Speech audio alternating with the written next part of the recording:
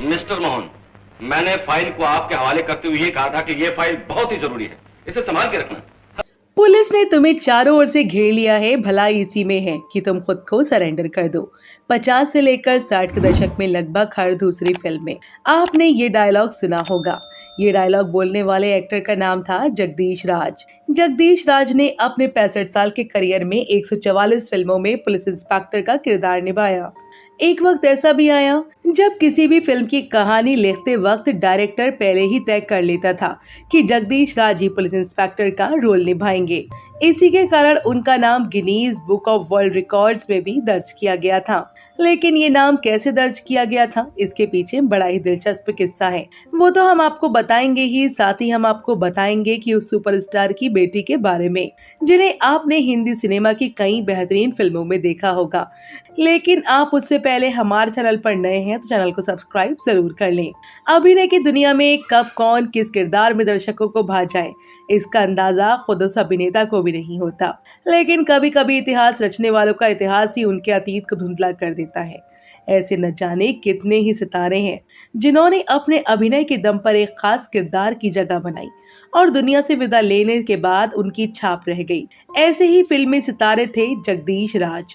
एक समान किरदार निभाने वाले जगदीश राज का जन्म 1928 में पाकिस्तान के सरगोंधा में हुआ था।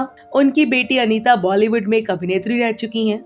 60 और 70 के दशक में तो ये एक तरीके से तय होता था कि फिल्मों में पुलिस वाले का रोल जगदीश राज ही करेंगे।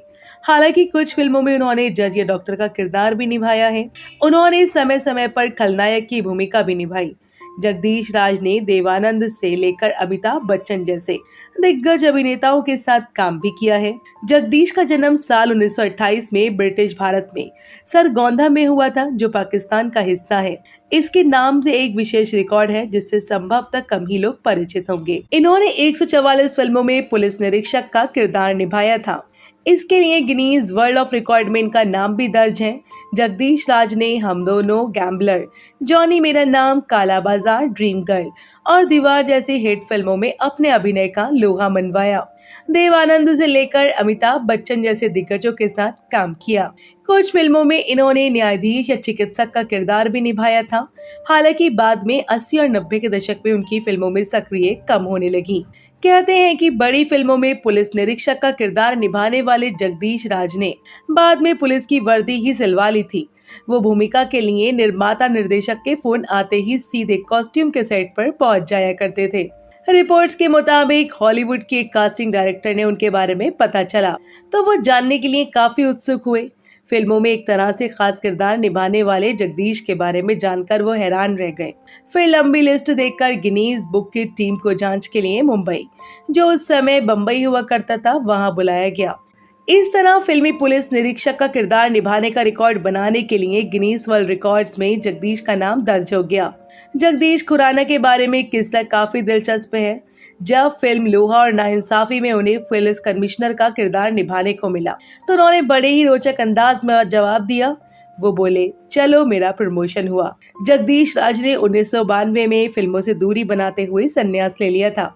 उन्हें श्वास संबंधी बीमारियों ने जकड़ लिया था। इसके बाद 85 साल की उम्र में 28 जुलाई 2013 को जुहू स्थित घर में उनका निधन हो गया।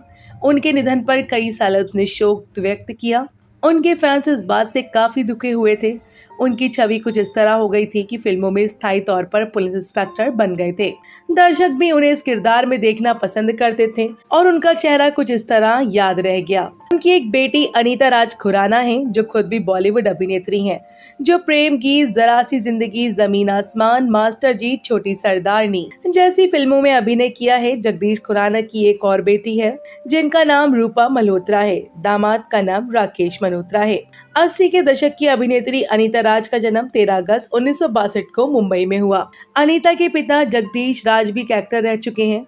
अनीता ने बॉलीवुड में अपने करियर की शुरुआत साल 1982 में फिल्म प्रेम गीत से की थी, जिसके बाद वो रातों रात स्टार बन गई। साल 1992 में अनीता ने सुनील हिंगोरानी से शादी कर ली। बेटे के जन्म के बाद उन्होंने इंडस्ट्री से दूरी बना ली। हालांकि साल 2012 में वो एक बार फिर से लाइमलाइट में आई, लेकिन इस बार वजह फिल्म नहीं बल्कि उनके पति की महिला से छेड़खानी का केस बना।